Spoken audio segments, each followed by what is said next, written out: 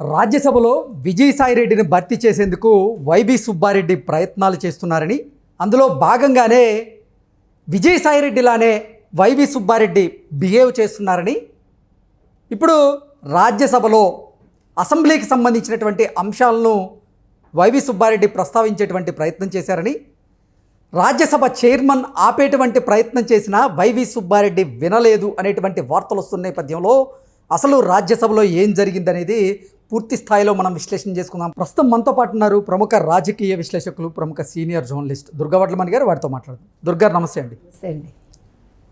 రాజ్యసభలో ఇప్పుడు వైవి సుబ్బారెడ్డి విజయసాయిరెడ్డిని భర్తీ చేసేలాగా ప్రయత్నం చేస్తున్నారని, అందులో భాగంగానే గతంలో విజయసాయిరెడ్డి ఎలా అయితే రాజ్యసభలో ప్రవర్తించారో అదే తరహాలో ఇప్పుడు వైవి సుబ్బారెడ్డి రాజ్యసభలో ప్రవర్తిస్తున్నారని, అసెంబ్లీకి సంబంధించినటువంటి విషయాలను ఆయన రాజ్యసభలో ప్రస్తావించగా రాజ్యసభ చైర్మన్ దాన్ని అడ్డుకునేటువంటి ప్రయత్నం చేశారని, కానీ వైవి సుబ్బారెడ్డి మాత్రం రికార్డ్స్లోంచి తొలగించేందుకు ఆయన ఇష్టపడలేదు అన్నట్లుగా కొన్ని వార్తలు వస్తూ ఉన్నాయి. అసలు రాజ్యసభలో ఏం జరిగిందంటే ఏం చెప్తారు? ఇప్పుడు ఎవరు మన విజయసాయిరెడ్డి అస్త్ర సన్యాసం చేశాడు. ఆయన రాజ్యసభ సభ్యత్వానికి ఆయన రాజీనామా చేశాడు. పార్టీ ప్రాథమిక సభ్యత్వానికి ఇంకా చేశారో లేదా మనకి అంటే ఇంకా వివరాలు రాలేదు. ఏది ఏమైనా ఆయన రాజ్యసభకి సంబంధం లేదు. నిన్నటి వరకు రాజ్యసభ అంటే విజయసాయిరెడ్డి అంటే వైసీపీ తరఫున ఆయన ఎంత చైర్మన్ మొత్తుకున్నా ఏం చేసినా ఆయన వాగాల్సింది వాగేవాడు. ఆ వాగటం కూడా అసంబద్ధంగా, అంటే అసెంబ్లీలో మాట్లాడాల్సింది తీసుకొచ్చి లేకపోతే రాష్ట్రానికి సంబంధించిన అక్కడ ఎవిడెన్స్ లేకుండా వచ్చి ఇక్కడ రాజ్యసభలో మాట్లాడేవాడు. అంటే తన వాణి వినిపించడమే ధ్యేయం తప్ప అది అక్కడ మాట్లాడచ్చా మాట్లాడకూడదా అన్న విచక్షణ ఉందో లేదో మనకు తెలియదు. ప్లస్ అసంగతంగా అసలు అక్కడికి సంబంధం లేని అంశాలను తీసుకొచ్చి సంగతులను తీసుకొచ్చి మాట్లాడేవాడు. సో అదే తరహాలో ఈరోజు వైవి సుబ్బారెడ్డి వెళ్దాం అనుకుంటున్నాడు. అంటే విజయసాయిరెడ్డి బాటలోనే ఈయన నడవాలనుకుంటున్నాడు. ఇప్పుడు మీరు ఒక వ్యక్తిలాగా మీరు మారిపోగలరా?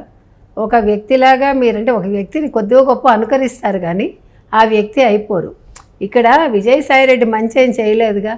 ఇప్పుడు మంచి విషయాలు తీసుకొచ్చి ఇప్పుడు రాష్ట్రానికి సంబంధించి కావాల్సిన ఏదో మంచి విషయాలు ఎప్పుడు ప్రస్తావించాల.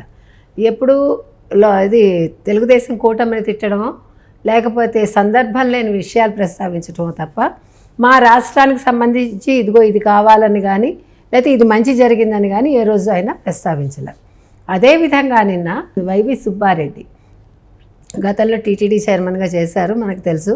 అక్కడ ఎన్ని అవకతవకలు జరిగాయో, ఎంత అంటే నిధులు గోల్మాలు కావచ్చు, నగలు గోల్మాలు కావచ్చు, అక్కడ జరిగిన ఏమనాలి హిందూ ధర్మానికి వ్యతిరేకంగా వాళ్ళు చేసిన అంశాలు కావచ్చు, వాటన్నింటికీ సాక్ష్యం ఆయనే.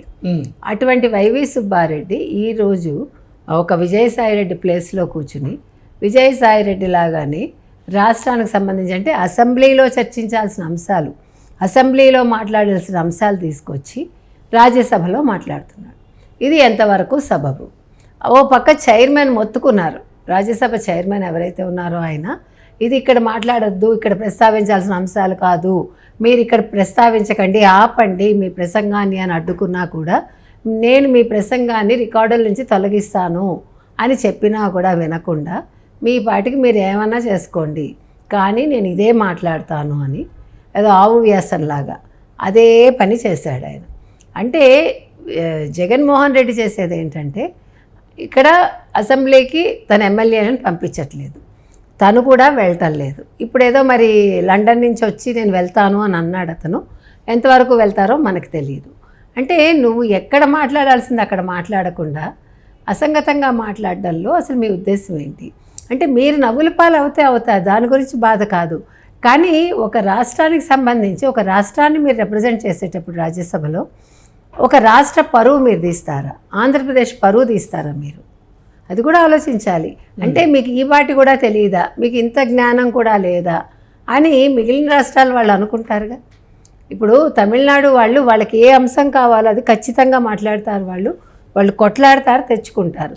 అంటే ఏది ఎక్కడ దెబ్బలాడాలో, ఏది ఎక్కడ మాట్లాడాలో, ఏది ఎక్కడ చెయ్యాలో వాళ్ళకి తెలిసినట్టుగా ఎవరికీ తెలియదు. అవునా కదా? ఓకే. మరి వీళ్ళు ఎందుకు ఇట్లా చేయటం?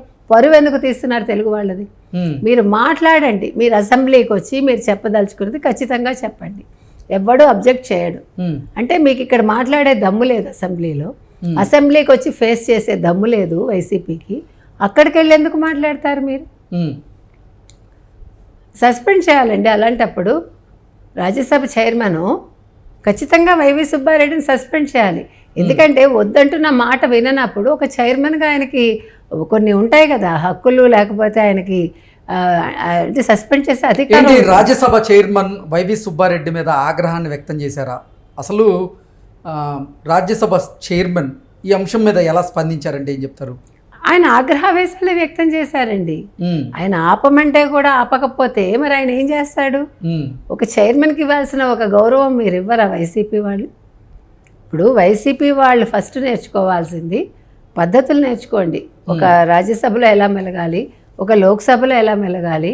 గొడవలు చేసేసి అరిచేసి అసంబద్ధంగా మాట్లాడేస్తాము మేము ఇంతే అంటే అది వైసీపీ వాళ్ళకి కాదు నష్టం, ఆ చెడ్డ పేరు వాళ్ళకొక్కళ్ళకే రాదు, మొత్తం యావత్ ఆంధ్రదేశానికి వస్తుంది కదా.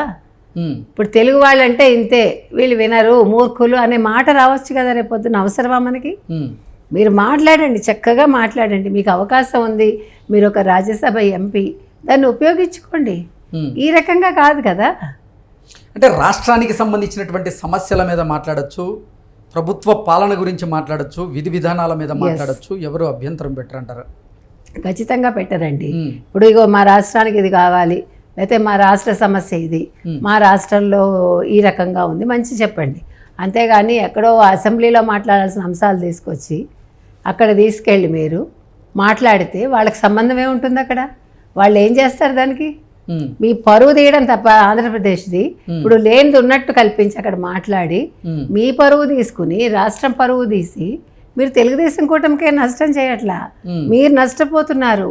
మీ వల్ల మీ పార్టీ ఇంకా కూడా లోకు అవుతుంది. ఆల్రెడీ వైసీపీ దిగజారిపోయింది. ఏంటి వైఎస్ఆర్సీపీకి రాజ్యసభ సభ్యత్వానికి విజయసాయిరెడ్డి రాజీనామా చేసిన తరువాత విజయసాయిరెడ్డి ఆ స్థానాన్ని భర్తీ చేసేందుకు వైవి సుబ్బారెడ్డి ప్రయత్నం చేస్తున్నారా? అంటే విజయసాయిరెడ్డి ఎలాగైతే మాట్లాడతారో అలాగే ఇప్పుడు వైవి సుబ్బారెడ్డి మాట్లాడాలనుకుంటున్నారా? లేదంటే అసలు విజయసాయిరెడ్డి చేసేటువంటి లాబియింగ్ కూడా ఇప్పుడు వైవి సుబ్బారెడ్డి గారు ఢిల్లీ కేంద్రంగా చేయాలనుకుంటున్నారా? అంటే ఏం చెప్తారు? రెండూ కూడా. ఇప్పుడు ఆల్రెడీ ఆయన టీటీడీలో ఉండి ఎన్ని చేసుకోవాలో అన్ని చేసుకున్నాడు ఆయన. ఎవరు? వైవి సుబ్బారెడ్డి. ఏ రకంగా లాబింగ్ చేసుకోవాలో, ఏ రకంగా నిధులు గోల్మాల్ చేయాలో, ఏ రకంగా ఆభరణాలు మాయం చేశారనే మాట కూడా మనం విన్నాం. కాబట్టి ఇప్పుడు ఇక్కడ మీరు చెప్పినట్టుగా విజయసాయిరెడ్డి ప్లేస్ ఏదైతే ఉందో ఆ స్థానాన్ని తను భర్తీ చేయడమే కాకుండా ఆ స్థానంలో ఉండి విజయసాయిరెడ్డి లాగానే అసంబద్ధంగా మాట్లాడి, అసంగతంగా మాట్లాడి ఏదో నా ఉనికిని కాపాడుకోవటానికి, ఇగో చూసారా మీకు విజయసాయిరెడ్డి లేకపోయినా కూడా నేను వైసీపీ తరఫున ఈ రకంగా మాట్లాడాను, నేనున్నాను మీకు అని జగన్మోహన్ రెడ్డికి చెప్పటానికి. కానీ ఇక్కడ ఆల్రెడీ విజయసాయిరెడ్డి తప్పులు చేస్తే బయటికి వెళ్ళిపోయాడు. ఈరోజు ఎందుకు వెళ్ళిపోయాడు పార్టీ నుంచి? తప్పులు చేయడం ఒకటి, జగన్మోహన్ రెడ్డి తోటి పడక ఒకటి, అన్ని రకాలుగా అన్ని కారణాలతోటి బయటికి వెళ్ళిపోయాడు. మరి వెళ్ళిన వాడు నువ్వు కూడా ఆలోచించుకోవాలి కదా. ఇప్పుడు సుబ్బారెడ్డి కూడా ఆలోచించుకోవాలి కదా. రేపొద్దున అదే గతి నాకు పడుతుంది, నేను ఈ రకంగా మాట్లాడటం వల్ల నాకు కలిసి వచ్చేదేం లేదు అనే మాట చెప్పాలి కదా.